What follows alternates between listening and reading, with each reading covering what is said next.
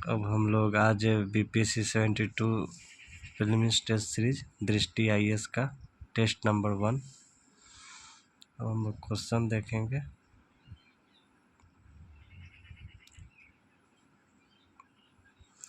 First question,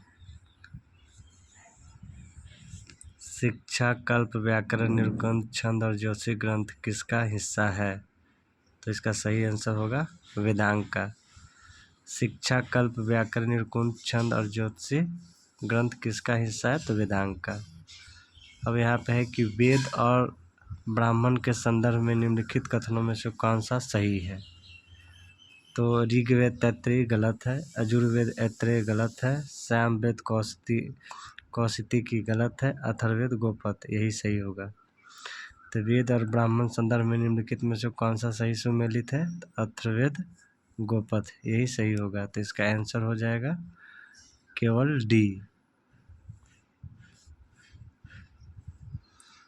उसके बाद next question देखिए, बौद्ध धर्म में ग्रंथों में किसमें बुद्ध के पुनर्जन्मों का जातक कहानियाँ की सूची मिलती है? ठीक है, तो खुदक निकाय होगा। इसका आंसर बी हो जाएगा कि बौद्ध धर्म में बुद्ध के पूर्वजन्मों का जातक कहानियों की सूची मिलती है तो खुदक निकाय में। नेक्स्ट क्वेश्चन 4 नंबर, मेगास्थनीज ने किस राजा के शासनकाल में भारत आए थे? तो मेगास्थनीज चंद्रगुप्त मौर्य के शासनकाल में भारत आया था। तो इसका आंसर 1 हो जाएगा ए। सूची 1 को सूची 2 से मिलाएं। फैयान तो गुप्त वंश में ही आया था, हेनसांग वर्धमान वंश में आया था, अलमसूदी गुर्जर प्रतिहार वंश में आया था, इबन बतूता तुगलक वंश में आया था। ठीक है, तो इस प्रकार इसका आंसर हो जाएगा बी। अब हम लोग नेक्स्ट क्वेश्चन देखेंगे 6 नंबर कि निम्नलिखित में से कौन सा अभिलेख है और उसका काल सही है? ठीक है, तो इसका आंसर हो जाएगा खारवेल हाथी गुफा 5वीं शताब्दी में। बस ये क्वेश्चन सही, इसका ऑप्शन ए हो जाएगा। 7वां, सूची 1 को सूची 2 से सुमेलित कीजिए। हड़प्पा किस नदी पे है? तो हड़प्पा आपका हो जाएगा रावी नदी पे, चहुंद्रो हो जाएगा सिंधु नदी पे, कालीबंगा हो जाएगा घग्गर नदी पे, और धौला धीरा हो जाएगा आपका लूनी नदी पे। तो इसका आंसर इस प्रकार से सी हो जाएगा। निम्नलिखित में कौन सा मोहनजोदड़ो में नहीं पाया जाता है? ठीक है, तो दफनाए गए मृत भांड। निम्नलिखित में से कौन सा मोहनजोदड़ो में नहीं पाया गया है? तो दफनाए गए मृत भांड। नेक्स्ट क्वेश्चन नंबर हम लोग 9 देखेंगे। निम्नलिखित में से कौन सा पुराण सबसे प्राचीन है? तो इसका आंसर होगा मत्स्य पुराण। निम्नलिखित में से कौन सा पुराण सबसे प्राचीन है? तो मत्स्य पुराण। में पानी डाल दिया था। भगवत गीता महाभारत के किस भाग से ली गई है? ठीक है, तो इसका आंसर हो जाएगा सी, भीष्म पर्व से। भगवत गीता महाभारत के किस भाग से ली गई है? तो भीष्म पर्व से। प्राचीन भारतीय ग्रंथों में वर्णित प्रसिद्ध दशराज युद्ध किस नदी पे है? तो पुरुषनी नदी पे है। तो प्राचीन भारतीय ग्रंथों में वर्णित प्रसिद्ध दशराज युद्ध किस नदी पे है? तो पुरुषनी नदी पे है। अब हम लोग नेक्स्ट क्वेश्चन देखेंगे 12 नंबर।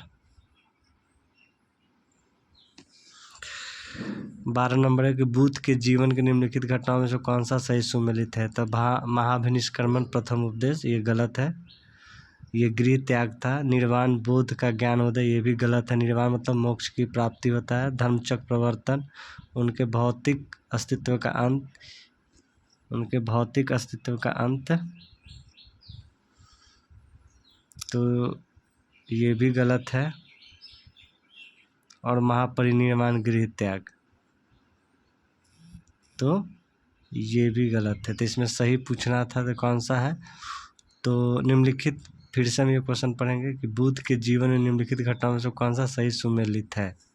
ठीक है, तो ये हो जाएगा महाभिनिष्क्रमण प्रथम उद्देश्य गलत है। निर्वाण बुद्ध का ज्ञानोदय यही ऑप्शन सही है। निर्माण बुद्ध का ज्ञानोदय, यही ऑप्शन सही है।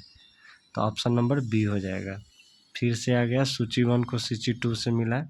प्रथम बौद्ध संगीति कहाँ हुआ था? तो राजगीर में। द्वितीय कहाँ हुआ था?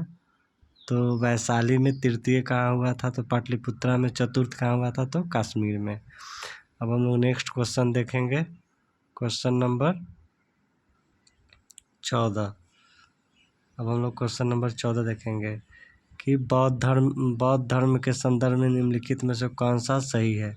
सूत पिटक बौद्ध धर्म के मठवासी संहिता से है। फिर बी ऑप्शन है कि विनय पिटक बुद्ध के उपदेशों का संकलन है। तो यही ऑप्शन सही है कि जो विनय पिटक जो बुद्ध के उपदेशों का संकलन है, ये गलत है, क्योंकि सूत पिटक जो था वो बुद्ध के उपदेशों का संकलन था। मिलिबंधों ने मुगली पुत्र तीस और नागसेन के बीच एक संवाद किया था, तो ये भी गलत है। महाविभा शास्त्र वसुमित्र के द्वारा लिखा गया था, यही सही है। जो महाविभा शास्त्र था वसुमित्र के द्वारा लिखा गया था, यही सही है। 15 नंबर क्वेश्चन, निम्नलिखित में से किसे स्वर्ग बुद्ध के रूप में संदर्भित किया गया था? तो मैत्रेय को, अमिताभ को, सॉरी, निम्नलिखित में से किसे स्वर्ग के बुद्ध के रूप में संदर्भित किया जाता है? तो अमिताभ को, option number C. Next question 16, Buddha में कौन सा, निम्नलिखित में से कौन दिल्ली के सल्तनत में पत्राचार विभाग था? तो ऑप्शन नंबर 1 दीवान ए रियासत, दीवान अर्ज, दीवान इंसा और दीवान एकोही। तो इसका सही ऑप्शन दीवान इंसा हो जाएगा। 17 नंबर, दिल्ली के सुल्तान और चहलगानी को किस नाम से जाना जाता था? तो 40 तुर्क गुलाम अमीर से। दिल्ली के सुल्तान के दौरान चहलगानी को किस नाम से जाना जाता था? तो 40 दुर्ग गुलामी अमीर से। अलाउद्दीन खिलजी के संदर्भ में निम्नलिखित कथनों पर विचार कीजिए। ठीक है, वह अपने सैनिक को संपूर्ण वेतन नकद में देने वाला प्रथम सुल्तान था, तो सही है। उसने घोड़ों को दागने की प्रथा आरंभ की थी, जिसे दाग प्रथा कहा जाता है, ये भी सही है।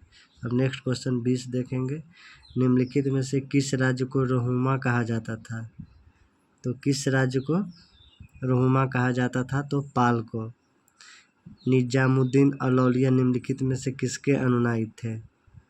तो निजाम उदौलिया जो थे चिश्ती सिलसिला के थे। निजामुद्दीन औलौलिया निम्नलिखित में से किसके अनुयायी थे? तो चिश्ती सिलसिला का। 22 अभिकथन 1, पाल प्रतिहार और राष्ट्रकूट के बीच त्रिपक्षीय संघर्ष का उद्देश्य कनौज पर अधिकार करना था। तो और आर क्या कहता है कि कनौज पर नियंत्रण से तात्पर्य ऊपरी गंगा घाटी और उसके व्यापार एवं कृषि समृद्ध संसाधनों पर नियंत्रण से है। तो इसमें कथन ए और आर दोनों सत्य है, लेकिन आर ए का सही व्याख्या नहीं करता है। अब हम लोग नेक्स्ट क्वेश्चन